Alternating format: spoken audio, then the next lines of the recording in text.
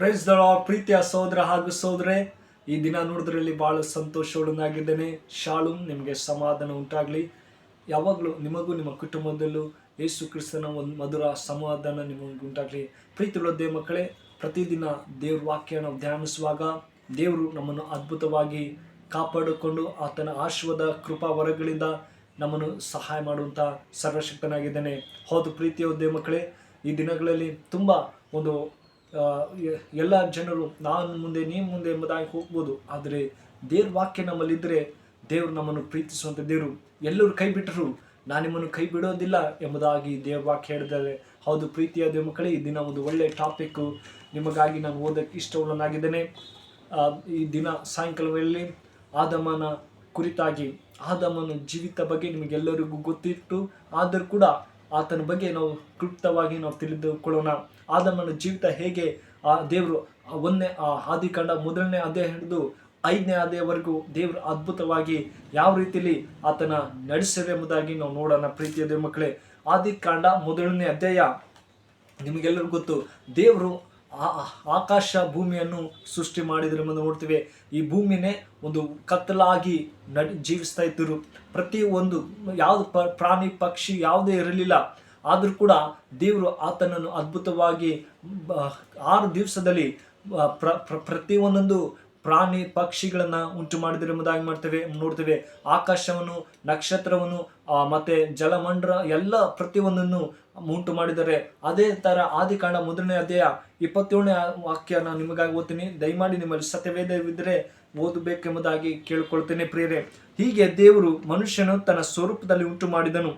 ದೇವ ಸ್ವರೂಪದಲ್ಲಿ ಅವನು ಉಂಟು ಮಾಡಿದನು. ಅವನು ಗಂಡು ಹೆಣ್ಣಾಗಿ ನಿರ್ಮಿಸಿದ್ದಾನೆ ಎಂಬುದಾಗಿ ನೋಡ್ತೇವೆ. ಹೌದು ಪ್ರೀತಿಯ ದೇವ ಮಕ್ಕಳೇ, ಆದಮನಿಗೆ ದೇವರನ್ನ ನಿರ್ಮಿಸಿದರು. ಹೇಗೆಂದರೆ ನೋಡಿದರೆ ಆದಿಕಾಂಡ 2ನೇ ಅಧ್ಯಾಯದಲ್ಲಿ ಬರುವುದಾದರೆ ಅಲ್ಲಿ 7ನೇ ದಿವಸದಲ್ಲಿ ನಾನು ಎಲ್ಲವನ್ನು ಸೃಷ್ಟಿ ಮಾಡಿದ್ದೇನೆ. 7ನೇ ದಿನ ನಾನು ವಿಶ್ರಾಂತಿ ತಗೊಳ್ತೇನೆ ಎಂಬುದಾಗಿ ಯೆಹೋವ ದೇವರು ಹೇಳ್ತಾರೆ. ಯೆಹೋವ ದೇವರು ಅಂತಾರೆ 7ನೇ ದಿವಸ ಅದು ಪರಿಶುದ್ಧವಾದ ದಿನವೆಂಬುದಾಗಿ ದೇವರು ಆಶೀರ್ವಾದಿಸ್ತಾರೆ 2ನೇ ಅಧ್ಯಾಯದಲ್ಲಿ. ಪ್ರೀತಿಯ ದೇವ ಮಕ್ಕಳೇ, ಅದೇ ತರ 2ನೇ ಅಧ್ಯಾಯದಲ್ಲಿ ನೋಡುವುದಾದರೆ ಏದೆನ್ ತೋಟವನ್ನು ಉಂಟು ಮಾಡ್ತಾರೆ. ಮನುಷ್ಯನಿಗೆ ಏನೇನು ಬೇಕು ಬದುಕಲಿಕ್ಕೆ, ಪ್ರಾಣಿ ಪಕ್ಷಿ ಮತ್ತೆ ಸೊಪ್ಪು ಮತ್ತೆ ಮರ ಗಿಡಗಳು ಎಲ್ಲ ಪ್ರತಿಯೊಂದು ದೇವರು ಸೃಷ್ಟಿ ಮಾಡಿ ಇಡ್ತಾರೆ. ಈ ಏದೆನ್ ತೋಟ ಕಾಯಬೇಕಾದ್ರೆ ಒಂದು ವ್ಯಕ್ತಿ ಬೇಕೇ ಬೇಕಲ್ವಾ? ಈಗ ಒಂದು ವ್ಯಾಪಾರವಾದರೂ, ಒಂದು ಮನೆ ಕಾಯಬೇಕಾದರೂ ಯಾರಾದರೂ ಒಬ್ಬ ವ್ಯಕ್ತಿ ಬೇಕೇ ಬೇಕು. ಅದೇ ಥರ ಈ ಏದೆನ್ ತೋಟದಲ್ಲಿ ದೇವರು ಒಂದು ವ್ಯಕ್ತಿನ ರೂಪಿಸ್ತಾರೆ. ಆತ ಒಂದು ಮಣ್ಣು ತಗೋತಾನೆ, ಮಣ್ಣಿನಿಂದ ತನ್ನ ಜೀವ ಶ್ವಾಸವನ್ನು ಊದಿ ಆತ ಬದುಕುವ ಪ್ರಾಣಿ ಮಾಡ್ತಾರೆ. 2ನೇ ಅಧ್ಯಾಯದಲ್ಲಿ ನೋಡ್ತೇವೆ. ಅದೇ ಥರ ಆತನ ಬದುಕುವಂಥ ಪ್ರಾಣಿಯಾದ ದೇವ್ರು ನೋಡ್ತಾರೆ, ಓ ದೇವರೇ ಯಾವ ಥರ ನನ್ನನ್ನು ಸೃಷ್ಟಿ ಮಾಡಿದ್ದೇನೆ ಎಂಬುದಾಗಿ. ಆದರೆ ಆತ ಎಲ್ಲ ದೇವ್ರು ಹೇಳ್ತಾರೆ, ಮಗನೇ ನೀನು ಇವೆಲ್ಲ ಗಿಡ ಮರಗಳ ಹೆಸರು ಹೇಳಿದ್ಯಾ, ಓಕೆ. ಈ ಕಾಯಿ ಪಳ್ಳೆಗಳ ಎಲ್ಲವನ್ನು ಹೇಳಿದ್ಯಾ, ಓಕೆ. ಆದರೆ ನೀನು ಮಧ್ಯದಲ್ಲಿದ್ದಂಥ ಮಾತ್ರ ಹಣ್ಣು ಮಾತ್ರ ತಿನ್ನಬೇಡ ಎಂಬುದಾಗಿ ದೇವರು ಆತನ ಎಚ್ಚರಿಸ್ತಾರೆ. ಸರಿಯಪ್ಪ ದೇವ್ರೆ, ನಾನು ಯಾವುದು ತಿನ್ನಲ್ಲ ಎಂಬುದಾಗಿ ಆತ ಹೇಳುತ್ತಾ ಇರ್ತಾರೆ. ಆದರೆ 3ನೇ ಅಧ್ಯಾಯದಲ್ಲಿ ಬರುವುದಾದ್ರೆ ಪ್ರೀತಿಯ ದೇವ ಮಕ್ಕಳೇ, ಅಲ್ಲಿ 2ನೇ ಅಧ್ಯಾಯ 22ನೇ ವಚನ ನೋಡುವುದಾದ್ರೆ ಅಲ್ಲಿ ಹೇಳ್ತಾರೆ, ಇಲ್ಲಿ 20ನೇ ವಚನ ಹೇಳ್ತದೆ, ಹೀಗೆ ಆ ಮನುಷ್ಯನು ಎಲ್ಲಾ ಪಶುಗಳಿಗೂ ಆಕಾಶದ ಪಕ್ಷಿಗಳಿಗೂ ಕಾಡು ಮೃಗಗಳಿಗೂ ಹೆಸರಿಟ್ಟನು. ಆದರೆ ಆ ಮನುಷ್ಯನಿಗೆ ಸರಿ ಬೀಳುವ ಸಹಕಾರಿ ಕಾಣಿಸಲಿಲ್ಲ. ಹೀಗಿರುವಲ್ಲಿ ಯೆಹೋವ ದೇವರು ಆ ಮನುಷ್ಯನಿಗೆ ಗಾಢ ನಿದ್ರೆಯನ್ನು ಬರಮಾಡಿ ಅವನ ಪಕ್ಕೆಯ ಎಲುಬುಗಳಲ್ಲಿ ಒಂದನ್ನು ತೆಗೆದುಕೊಂಡು ಅದರ ಸ್ಥಳವನ್ನು ಮಾಂಸದಿಂದ ಮುಚ್ಚಿ ತಾನು ಮನುಷ್ಯನಿಂದ ತೆಗೆದಿದ್ದ ಎಲುಬನ್ನು ಸ್ತ್ರೀಯಾಗಿ ಮಾಡಿದನು. ಆಮೇಲೆ ನೋಡಿ, ಅವನಿಗೆ ಈಗ ದೇವರು ಎಷ್ಟು ಒಳ್ಳೆಯವರು ದೇವ್ರು ನೋಡ್ರಿ ಪ್ರಿಯರೇ. ಒಂದು ವ್ಯಕ್ತಿ ಒಂಟಿಯಾಗಿರೋದು ಸರಿಗಿಲ್ಲ ಎಂಬುದಾಗಿ ಈತನಿಗೆ ಏನು ಮಾಡ್ತಾರೆ, ಒಂದು ದಿವಸ ಗಾಢ ನಿದ್ರೆ ಮಾಡಿಸಿ ಆತನಿಗೆ ಆ ಎಲುಬು ಪಕ್ಕೆಯಿಂದ ತೆಗೆಸಿ ಆ ಸ್ತ್ರೀಗೆ ಹಚ್ತಾರೆ. ಆ ಸ್ತ್ರೀ ನಾರೆ ನನ್ನಿಂದ ಬಂದ ಸ್ತ್ರೀ ಎಂಬುದಾಗಿ ಆತನಿಗೆ ಗೊತ್ತಿಲ್ಲ. ಈ ಸ್ತ್ರೀ ಯಾರಪ್ಪ, ಹೇಗೆ ಬಂದಳು ಎಂಬುದಾಗಿ ಆಶ್ಚರ್ಯ ಪಡ್ತಾನೆ. ಆದರೆ ದೇವ್ರು ಹೇಳ್ತಾನೆ, ಇವಳು ನಾರಿ ನನ್ನ ಜೊತೆ ಆಗಿದ್ದಾರೆ, ನೀವು ಇಬ್ಬರು ಒಂದಾಗಿರ್ರಿ ಈ ತೋಟದಲ್ಲಿ ಎಂಬುದಾಗಿ ಆ ದೇವರು ಆಶೀರ್ವದಿಸ್ತಾರೆ ಅವರಿಗೆ. ಆದರೆ ನೀವು ಈ ಹಣ್ಣು ಮಾತ್ರ, ಮಧ್ಯದಲ್ಲಿ ಇದ್ದಂಥ ಮಾತ್ರ ಹಣ್ಣು ಮಾತ್ರ ತಿನ್ನಬೇಡ್ರಿ ಎಂಬುದಾಗಿ ಅವಳು ಕೂಡ ಹೇಳ್ತಾರೆ. ಸರಿಯಪ್ಪ ಅಂತ ಹೇಳ್ತಾರೆ. ಆದರೆ ಆದಿಕಾಂಡ 3ನೇ ಅಧ್ಯಾಯದಲ್ಲಿ ಬಂದಿರೋ ಪ್ರಿಯರೇ, ಅಲ್ಲಿ ಹೇಳ್ತಾರೆ, ಯೆಹೋವ ದೇವರು ಉಂಟು ಮಾಡಿದ ಎಲ್ಲ ಭೂ ಜಂತುಗಳಲ್ಲಿ ಸರ್ಪವು ಕುರಿತವಾಗಿತ್ತು. ಅದು ಸ್ತ್ರೀಯ ಬಳಿಗೆ ಬಂದು, ಏನವ್ವ, ತೋಟದಲ್ಲಿರುವ ಯಾವ ಮರದ ಹಣ್ಣನ್ನು ನೀವು ತಿನ್ನಬಾರದೆಂದು ದೇವರ ಅಪ್ಪಣೆ ಕೊಟ್ಟಿರುವುದು ನಿಜವೋ ಎಂದು ಕೇಳಲು, ಸ್ತ್ರೀಯು, ತೋಟದಲ್ಲಿರುವ ಮರಗಳ ಹಣ್ಣುಗಳನ್ನು ನಾವು ತಿನ್ನಬಾರದು. ನೋಡಿ ಪ್ರಿಯರೇ, ಸೈತಾನ್ ಎಂಬುದಾಗಿ ಹೇಳಿದರೆ ಒಂದು ಸರ್ಪಿತು. ಆ ಸರ್ಪು ಒಂದು ಆವಾಗಿನ ಕಾಲದಲ್ಲಿ ಅರ್ಧ ಸೊಂಟ ತಕ ಇತ್ತು, ಅದು ನಡೀತಾ ಇತ್ತು ಎಂಬುದಾಗಿ ಹೇಳ್ತಾ ಇದ್ರು. ಆವಾಗ ನಡೀತಾ ಇತ್ತು, ಆ ಸೊಂಟ ತರ ನಡೀತಾ ಇತ್ತು. ಆದರೆ ಅದಕ್ಕೆ ಮಾತಾಡ್ತಾ ಇತ್ತು ಅವಳಿಗೆ, ಏನವ ಸ್ತ್ರೀನೇ, ಇದು ಯಾವ ಹಣ್ಣು ತಿನ್ಬೇಕು ಎಂಬುದಾಗಿ ನೀನು ಹೇಳ್ತಾ ಇತ್ತು ಎಂಬುದಾಗಿ ಅವಳಿಗೆ ಕೇಳ್ತಾಳೆ. ಎಲ್ಲ ಮರ ಹಣ್ಣು ತಿನ್ನೋದಿದ್ದಾರೆ, ಆದರೆ ಒಂದು ಮಾತ್ರ ತಿನ್ಬೇಡ ಅಂತ ಹೇಳಿದರೆ ಅಂತ ಕಂಡು ಬರುತ್ತೆ ಎಂಬುದಾಗಿ ದೇವರು ಹೇಳ್ತಾರೆ. ಅದೇ ತರ ಸ್ತ್ರೀ ಅವಳು ಏನು ಮಾಡೋದು, ಯಾವಾಗ ಬರೋದು ಸ್ತ್ರೀಗೆ ವಂಚಿಸ್ತಾರೆ. ಅಯ್ಯೋ ಸ್ತ್ರೀ, ಇದು ತಿನ್ನು, ನಿನಗೆ ದೇವರ ಥರ ಐತ್ಯಾ, ನಿನಗೆ ಒಳ್ಳೆ ಇದು ಬರ್ತದೆ ಎಂಬುದಾಗಿ ಅವಳಿಗೆ ಗೊತ್ತಿಲ್ಲ. ಇದು ತಿನ್ಬೇಕು ಬೇಡವ ಭಯ ಅವಳಿಗೆ. ಏನು ಮಾಡೋದು, ಈ ಸೈತಾನ್ ನನಗೆ ಬಿಡ್ತಾ ಇಲ್ಲಲ್ಲ ಎಂಬುದಾಗಿ ಭಯದಿಂದ ಆ ಹಣ್ಣನ್ನು ಕಟ್ಕೊಂಡು ತಿಂತಾಳೆ. ಪಕ್ಕದ ಗಂಡನಕ್ಕೂ ಕೊಡ್ತಾಳೆ, ತಗೋರಿ ಇದು ಚೆನ್ನಾಗಿದೆ ಎಂಬುದಾಗಿ.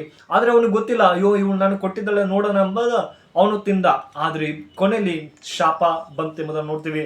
ಹೌದು ಪ್ರೀತಿಯ ದೇವ ಮಕ್ಕಳೇ, ನಾವು ಕೂಡ ಸ್ತ್ರೀ ಹೆಣ್ಮಕ್ಕಳು ತುಂಬ ಗಲಿಬಿಲಿಯಲ್ಲಿರ್ತಾರೆ. ಅಯ್ಯೋ ನಾನೇನು ವಸ್ತು ತಗೊಳ್ಳಿ, ಯಾವ್ದು ತಗೊಳ್ಳಿ, ಇದು ತಗೊಳ್ಳೋ, ಇದು ಮಾಡ ಎಂಬುದಾಗಿ ಗಂಡು ಮಕ್ಕಳಿಗೆ ತೊಂದರೆ ಕೊಡೋರು ಜಾಸ್ತಿ ಇರ್ತಾರೆ. ಆದರೆ ಈ ಸ್ತ್ರೀ ಕೂಡ ಸೈತನ ಮಾತು ಕೇಳಿ ಶಾಪ ಪಡ್ಕೊಳ್ತಾರೆ ಎಂಬುದಾಗಿ ಈ ಭೂಮಿಗೆ ಶಾಪ ಬಂತು. ಯಾವ ಥರ? ಸ್ತ್ರೀಗೆ ಮೊದಲನೇದಾಗಿ ಶಾಪ ಬಂತು, ನೀನು ಗರ್ಭಿಣಿಯಾಗಿ ಮಗುವನ್ನು ಹರಿಯುವ ತನಕ ಶಾಪ ಬಂತು. ಎರಡನೇದು ಗಂಡಿಗೆ ಶಾಪ ಬಂತು, ಏನಂತೆ, ನೀನು ಮಣ್ಣಿನಿಂದ ಬಂದಿದ್ದಿ, ಮಣ್ಣೆ ತಿರ್ಗಾ ಮಣ್ಣಿಗೆ ಸೇರುವವರೆಗೂ ನೀನು ದುಡಿಬೇಕು ಎಂಬುದಾಗಿ ಶಾಪ ಕೊಟ್ಟರು. ಮೂರನೇದಾಗಿ ಸರ್ಪಿಗೆ, ಸೈತಾನಿಗೆ ವಂಚಿಸ್ತಾ ಇತ್ತು. ನೀನು ಸ್ತ್ರೀಗೆ ವಂಚಿಸಿದಲ್ಲ, ಅದೇ ಥರ ಈ ಭೂಮಿಗೆ ನೀನು ಯಾರೇ ನೋಡಿದ್ರು ನಿನಗೆ ಹೊಡಿತಾರೆ ಎಂಬುದಾಗಿ ಶಾಪ ಕೊಟ್ಟರು. ಮತ್ತೆ ಹಿಮ್ಮಿಡಿನ ಕಚ್ಚುವಿ ಎಂಬುದಾಗಿ ಶಾಪ ಕೊಟ್ಟರು. ಅದೇ ಥರ 4ನೇ ಅಧ್ಯಾಯಕ್ಕೆ ಬರುವುದಾದರೆ ಆದಿಕಾಂಡ 4ನೇ ಅಧ್ಯಾಯಕ್ಕೆ ಬಂದರೆ ಪ್ರಿಯರೇ, ಅಲ್ಲಿ ಕೈನ್ ಮತ್ತು ಹೆಬೆಲನ್ನು ನೋಡ್ತೀವಿ. ಕೈನ ಹೆಬೆಲು ಆದಮನ ಮಕ್ಕಳು ಇರ್ತಾರೆ. ಅವರು ಕೂಡ ಒಳ್ಳೆ ದೇವರನ್ನ ಕಾಣಿಕೆ ಕೊಡೋದ್ರಲ್ಲಿ ಅವರು ನೋಡ್ತಾರೆ, ಅವ್ರು ಕಾಣಿಕೆಯನ್ನು ಕೊಡ್ತಾರೆ. ಆದರೆ ಹೆಬೆಲ್ ಮಾತ್ರ ಚೆನ್ನಾಗಿದೆ ಅಂತ ಟಗರನ್ನು ದೇವ್ರ ಕಾಣಿಕೆ ಅರ್ಪಿಸ್ತಾ ಇರ್ತಾರೆ. ಆದರೆ ಈತ ಕೈನ ಏನು ಮಾಡ್ತಾನೆ, ಯಾವುದೋ ಒಂದು ಹುಳ್ಳು ತಗೊಂಡು ಒಣಗಿಂದ ಕೊಡ್ತಾನೆ. ದೇವ್ರ ಮಕ್ಕಳೇ, ನಾವು ಕೂಡ ಜಾಗರೂಕತೆಯಿಂದ ಇರಬೇಕು. ದೇವ್ರು ನಾವು ಕೊಡುವಾಗ ಪ್ರೀತಿಯಿಂದ ಕೊಡಬೇಕು. ಅಯ್ಯೋ ನನ್ನ ದೇವ್ರು ನನ್ನ ನೋಡ್ತಾನೆ, ನಾನು ಒಳ್ಳೆ ಮಗನಾಗಿ ನಾನು ಕೊಡಬೇಕು ಎಂಬುದಾಗಿ ಹೇಳುವಾಗ ದೇವ್ರು ಸಂತೋಷವಾಗಿ ಸ್ವೀಕರಿಸ್ತಾರೆ. ಅದೇ ಥರ ಹೆಬೆಲು ಕೈನು ಅವರು ಇಬ್ಬರು ಅಣ್ಣ ತಮ್ಮರು ಜಗಳ ಆಡಿ ನೋಡಿ, ಕೈನು ಮತ್ತು ಹೆಬೆಲು ಹೋಗೋಣ ಬಾ ಒಂದು ಕಾಡಿಗೆ, ಅಲ್ಲಿ ಹೋಗೋಣ ಅಂತ ಕೈನು ಮತ್ತು ಹೆಬೆಲು ಕರ್ಕೊಂಡು ಹೋಗ್ತಾನೆ. ಹೋದ ತಕ್ಷಣ ಅವನಿಗೆ ಕೊಲೆ ಮಾಡ್ತಾನೆ. ಯಾರು? ಕೈನ ಹೆಬೆಲಿಗೆ ಕೊಲೆ ಮಾಡ್ತಾನೆ. ಆತನ ರಕ್ತ ದೇವರಿಗೆ ಮುಟ್ಟುತ್ತೆ ಎಂಬುದಾಗಿ ನೋಡ್ತೇವೆ. ಹೌದು ಪ್ರೀತಿಯ ಮಕ್ಕಳೇ, ಈ ದಿನಗಳಲ್ಲಿ ಅಣ್ಣ ತಮ್ಮರುಗಳಿಗೆ ಒಂದು ಗಲಿಬಿಳಿ ಇರುತ್ತದೆ. ಆದರೂ ಕೂಡ ಸೈತಾನ ವಂಚಿಸ್ತಾನೆ. ದೇವರು ಕೇಳ್ತಾನೆ, ಕೈನೇ ನಿನ್ನ ತಮ್ಮ ಎಲ್ಲಿ ಎಂಬುದಾಗಿ. ಅಯ್ಯೋ ನನ್ನ ತಮ್ಮ ಇಲ್ಲದ ಎಲ್ಲೋ ಹೋದ ಅಂತ ಹೇಳ್ತಾರೆ. ದೇವರಿಗೆ ಪ್ರಶ್ನೆ ಮಾಡ್ತಾನೆ. ಆದರೆ ಆ ದೇವರು, ನಿನ್ನ ತಮ್ಮ ರಕ್ತ ನನ್ನಲ್ಲಿ ಕೂಗ್ತಾ ಇದೆ, ನಿನಗೆ ಶಾಪ ಬಂತೆಂಬುದಾಗಿ ಆತನು ಕೂಡ ಭಯಂಕರವಾದಂಥ ಸ್ಥಿತಿಯಲ್ಲಿ ಕೊಡ್ತಾರೆ. ಅದೇ ಥರ ಕೊನೆಯಲ್ಲಾಗಿ ನೋಡೋದಾದ್ರೆ ಪ್ರೀತಿಯ ಮಕ್ಕಳೇ, ಕೈನಿಗೂ ಕೂಡ ಮಕ್ಕಳನ್ನು ಜನಿಸ್ತಾರೆ ಎಂಬುದಾಗಿ ನೋಡ್ತೇವೆ. ಅದೇ ಥರ ಜಲಪ್ರಯ 5ನೇ ಅಧ್ಯಾಯ ಬರೆದ ಆದರೆ ಆದಿಕಾಂಡ 5ನೇ ಅಧ್ಯಾಯ 5ನೇ ವಾಕ್ಯ ನೋಡುವುದಾದ್ರೆ ಪ್ರೇರೆಯಲ್ಲಿ ಅವನು ಒಟ್ಟು 930 ವರ್ಷ ಬದುಕಿ ಸತ್ತನೆಂಬುದಾಗಿ ನೋಡ್ತೇವೆ. ಈಗ ಆದಾಮ ಎಷ್ಟು ವರ್ಷ? 930 ವರ್ಷ ಬದುಕಿದ್ದನೆಂಬುದಾಗಿ ನೋಡ್ತೇವೆ. ಹೌದು ಪ್ರೀತಿಯ ದೇವ ಮಕ್ಕಳೇ, ಆದಿಕಾಂಡ 1ನೇ ಅಧ್ಯಾಯ ಹಿಡಿದು 5ನೇ ಅಧ್ಯಾಯವರೆಗೂ ಆದಮನ ಜೀವಿತ ನೋಡಿದ್ದೇವೆ. ಅಲ್ಲಿ ಏನು ನೋಡಿವೆ ಅಂದರೆ ನೋಡುವುದಾದರೆ, ದೇವರಿಂದ ನಾವು ದೂರ ಆಗಬಾರ್ದು ಎಂಬುದಾಗಿ ನೋಡಿ. ಆದಮಗೆ ದೇವರು ಎಲ್ಲವನ್ನು ಮಾಡಿಕೊಟ್ರು, ಎಲ್ಲ ಅನುಕೂಲ ಮಾಡಿಕೊಟ್ಟಿದ್ದಾರೆ. ಇಬ್ಬರಿಗೂ ಒಳ್ಳೆ ಸುಖವಾಗಿರ್ಬೋದು. ಆದರೆ ಅವ್ರಿಗೆ ಆತ್ಮಿಕ ಕಣ್ಗಳನ್ನು ಕಳ್ಕೊಂಡಿದ್ದಾರೆ. ಪ್ರೀತಿಯ ದೇವ ಮಕ್ಕಳೇ, ಅವರು ಆತ್ಮಿಕ ಕಣ್ಗಳನ್ನು ಕೊಟ್ಟು ಶಾಪವನ್ನು ತೀರಿಸ್ಕೊಂಡಿದ್ದಾರೆ. ಇಂದು ಕೂಡ ನಮ್ಮ ಜೀವಿತ ಹೇಗಿದೆ ಎಂಬುದನ್ನು ನಾವು ಪ್ರಶ್ನೆ ಮಾಡಿಕೊಳ್ಳಬೇಕು. ನಾವು ಕೂಡ ತಪ್ಪಾಗಿ ಮಾರ್ಗದಲ್ಲಿ ಸೈತನ ವಂಚಿಸದೆ, ದೇವರೇ ನಿನ್ನ ವಾಕ್ಯದಲ್ಲಿ ನಾನು ಬೆಳಿಬೇಕು, ನಿನ್ನ ಒಂದು ಪ್ರಾರ್ಥನೆಯಲ್ಲಿ ನಾನು ಬೆಳಿಬೇಕು ಎಂಬುದಾಗಿ ಹೇಳುವಾಗ ದೇವರ ಆತ್ಮದಲ್ಲಿ ನಮಗೆ ನಡೆಸ್ತಾರೆ. ಕೊನೆಯದಾಗಿ ಹೊಸ ಒಡಂಬಡಿಕೆಯಲ್ಲಿ ನೋಡೋದಾದ್ರೆ ಲೂಕನ ಬರೆದ ಸುವಾರ್ತೆ 3ನೇ ಅಧ್ಯಾಯ 28ನೇ ವಾಕ್ಯ ನಾವು ಓದ್ತೀನಿ ಪ್ರೇರೆ. ಅಲ್ಲಿ ಹೇಳ್ತಾರೆ ಏನಂತಂದ್ರೆ, ಲೂಕನ ಬರೆದ ಸುವಾರ್ತೆ 3ನೇ ಅಧ್ಯಾಯ 28ನೇ ವಚನದಲ್ಲಿ ಈಗ ಹೇಳ್ತದೆ ಏನಂದ್ರೆ, ಮಗನು ಇವನು ಆದಿಯ ಮಗನು, ಇವನು ಕೋಸಾಮನ ಮಗನು, ಇವನು ಎಲದಮನ ಮಗನು, ಇವನು ಏರನ ಮಗನು ಎಂಬುದಾಗಿ ಈ ತರ ಅವ್ರ ಮಕ್ಕಳ ಹೆಸರುಗಳು, ಮಗನ ಹೆಸರುಗಳು ಇದ್ದವಂತೆ ನೋಡ್ತೇವೆ. ಅದೇ ತರ ನಾವು ಜಾಗರೂಕತೆಯಿಂದಿರಬೇಕು ಅಂತ ಅದೇ ತರ 5ನೇ ಅಧ್ಯಾಯ 1ನೇ ವಾಕ್ಯದಲ್ಲಿ ನೋಡೋದಾದ್ರೆ ಅಲ್ಲಿ ಹೇಳ್ತದೆ, ಆದಮನ ವಂಶವದರ ಚರಿತ್ರೆ. ದೇವರು ಏನೋ ಸೃಷ್ಟಿ ಕಾಲದಲ್ಲಿ ಮನುಷ್ಯನು ತನ್ನ ಹೋಲಿಕೆ ಸರಿಯಾಗಿ ಮಾಡಿದಾನೆ. ದೇವ್ರ ಮೂಲಕ ನಾವು ಸರಿಯಾಗಿ ನಮ್ಮನ್ನು ನೋಡ್ತಾ ಇರ್ತಾರೆ. ಅಯ್ಯೋ ನನಗೆ ಯಾಕಪ್ಪ ಈ ತರ ಕಷ್ಟ, ನನಗೆ ಯಾಕಪ್ಪ ಸಮಸ್ಯೆ, ಯಾಕಪ್ಪ ಈ ತರ ವೇದನೆ ರೋಗಗಳಿದೆ ಅಂದ್ರೆ ದೇವರಿಂದ ನಾವು ದೂರ ಆಗ್ತಾ ಇದ್ದೇವೆ ಎಂಬುದೇ ಇದೇ ಕಾರಣ. ಪ್ರೀತಿ ಇದೆ ಮಕ್ಕಳೇ, ನಾವು ಯಾವಾಗಲೂ ದೇವ್ರ ಹತ್ರನೇ ಜೀವಿಸಬೇಕು, ದೇವರಲ್ಲಿ ನಾವು ಬೆಳಿಬೇಕು, ಆತನ ಮಾರ್ಗದಲ್ಲಿ ನಾವು ನಡೆಯೋದಾದ್ರೆ ದೇವ್ರು ನಮ್ಮನ್ನು ಆಶೀರ್ವದಿಸ್ತಾನೆ. ಅದೇ ತರ ಆದಮ ಆ ತೋಟದಲ್ಲಿ ಇದ್ದಂತೆಲ್ಲ ಹಣ್ಣುಗಳನ್ನು ತಿನ್ನು, ಆದ್ರೆ ಒಂದು ಮಾತ್ರ ನೀನು ತಿನ್ನಬೇಡ ಎಂಬುದಾಗಿ ದೇವರು ಆತನಿಗೆ ಹೇಳಿದ್ರು.